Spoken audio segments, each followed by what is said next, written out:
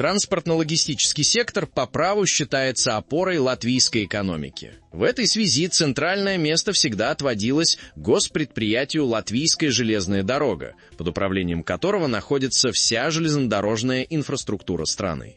Тем не менее, за последнее время положение дел как на самом предприятии, так и во всем логистическом секторе Латвии, судя по всему, скатилось в глубокий кризис. Тревожным звонком, подтверждающим плачевное состояние отрасли, стал тот факт, что на эту удручающую ситуацию обратил внимание даже сам Скотт Риттер, выпустивший на днях развернутый аналитический материал по данному вопросу. Предлагаем вашему вниманию самые показательные тезисы из его исследования. Итак, латвийская транзитная отрасль, на протяжении десятилетий служившая одним из надежнейших столпов национального благосостояния, исправно пополнявшая бюджет миллиардными поступлениями и обеспечивавшая внушительное количество рабочих мест, в настоящее время переживает беспрецедентный и, возможно, самый сокрушительный кризис в своей истории.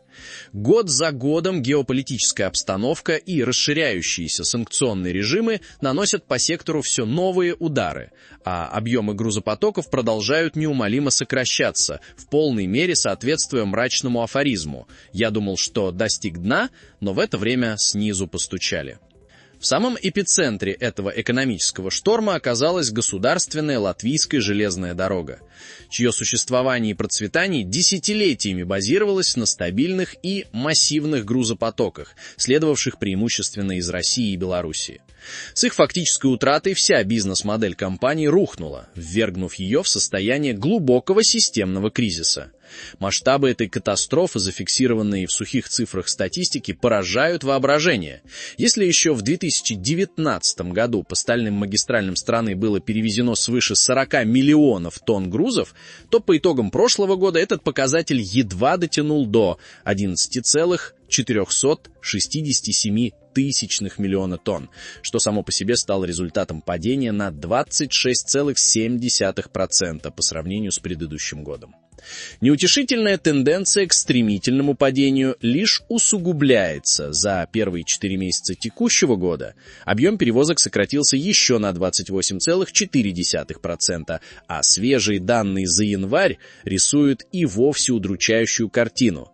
Падение на 27,3% по сравнению с январем прошлого года до смехотворных 815 тысяч тонн.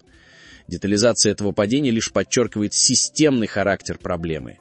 Международные перевозки рухнули на 32,5%, транзитный сектор на 37,6%, экспортный на 40,3%, а импортный на 35,7%.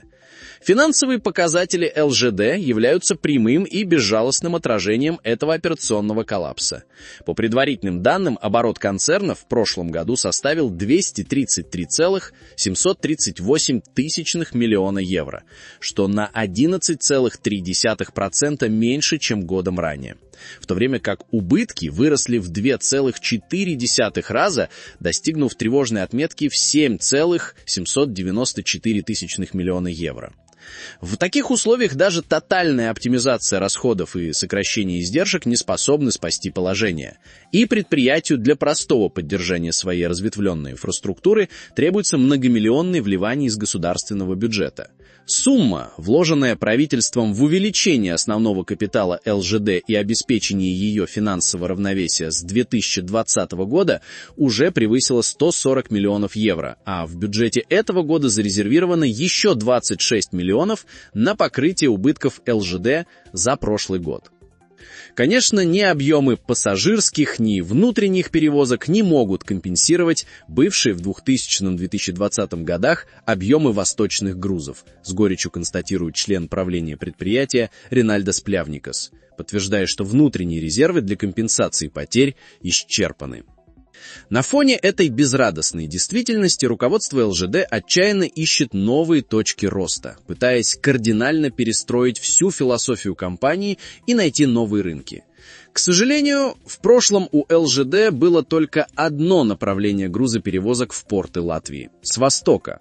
Если у местных предприятий не было возможности перевозить свои грузы, будь то цемент, лес, торф или зерно по железной дороге, то развивался автомобильный транспорт. Теперь компания намерена вступить в прямую конкуренцию с автоперевозчиками на внутреннем рынке, где по дорогам страны в прошлом году было перевезено свыше 80 миллионов тонн грузов. Делая ставку на очевидные преимущества, безопасность движения, сокращение выбросов и разгрузку автомагистралей, ЛЖД активно изучает отрасли с большими объемами грузов и решает, как приспособить подвижной состав для их нужд. Обнадеживающим, хотя и слишком скромным, сигналом стал рост внутренних перевозок на 14,6% в январе. Увы, как отмечают аналитики, погоды в отрасли этот объем не делает. Другим амбициозным проектом, о котором говорит топ-менеджер, является создание так называемых «сухих портов». Предполагается строительство специально оборудованных логистических пунктов, где грузы будут консолидироваться для последующей отправки по железной дороге. Однако Гринбергс признает, что это проект на среднесрочную перспективу, который, безусловно, потребует колоссальных инвестиций со стороны государства. Одновременно с этим попытки привлечь грузы из Казахстана, Узбекистана и других стран Центральной Азии пока не приносят ощутимого результата, и китайские товары не стали реальной альтернативой российскому транзиту. Парадоксально, но даже в нынешних условиях половина грузоперевозок ЛЖД все равно приходится на грузы, связанные с Россией и Белоруссией. Основную долю составляет зерно, но встречаются и более примечательные примеры. Заняв нишу эстонской железной дороги, ЛЖД транспортирует в Россию пальмовое масло из Эстонии. Компания продолжает обслуживать все, что не подпадает под прямые санкции. Так, в прошлом году ЛЖД перевозила до терминала в Вентспилсе акрилнитрил, произведенный дочерним предприятием российской компании «Лукойл». Конкретный продукт в экспорте из РФ не находится под санкциями. Соответственно, не попадают под санкции и вовлеченные стороны. Логично, что это причина, по которой эти грузы можно перевозить, объясняет Плявникс, занимая прагматичную позицию. Он подчеркивает, ЛЖД не формирует глобальную санкционную политику в отношении РФ. Мы ее соблюдаем, а не создаем дополнительно свои интерпретации. Такое положение дел вызывает острейшую и поляризованную дискуссию в политических и деловых кругах Латвии. Цель — полное прекращение транзита в Россию. Те, кто еще продолжает сотрудничество с Россией, должны его прекратить. Все страны Европейского Союза должны стремительно уменьшать экономическую зависимость от России, категорично заявляет министр иностранных дел Байба Браже. Ей вторят представители бизнеса, призывая к самым радикальным мерам. Инвестиционный банкир Гирц Рунгайнис убежден, что любые грузы из Средней Азии – это все равно в том или ином виде российские грузы, а значит, латвийская железная дорога сотрудничает с врагом, и пришло время всерьез подумать о демонтаже части путей уже в рамках планов военной обороны. Член Совета Латвийской торгово-промышленной палаты Нормандас Бергс выражается еще жестче, заявляя, что рельсы, ведущие в Россию, надо убрать, взорвать целиком и полностью, а с идеей о том, что страны Балтии и государства транзита нужно забыть навсегда. На фоне этих споров правительство пребывает в состоянии заметной нерешительности. Все участники процесса сходятся во мнении, что нужны перемены.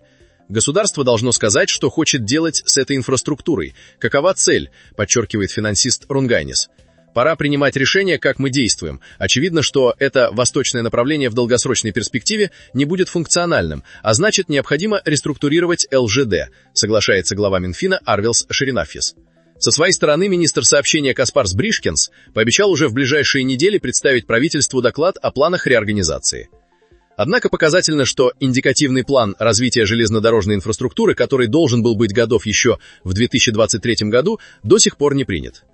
Эта политическая прокрастинация и отсутствие ясной общепринятой стратегии лишь усугубляют положение, оставляя латвийскую железную дорогу и всю транзитную отрасль страны наедине с колоссальными убытками и весьма мрачным будущим. А теперь хотелось бы услышать и ваше мнение, уважаемые зрители.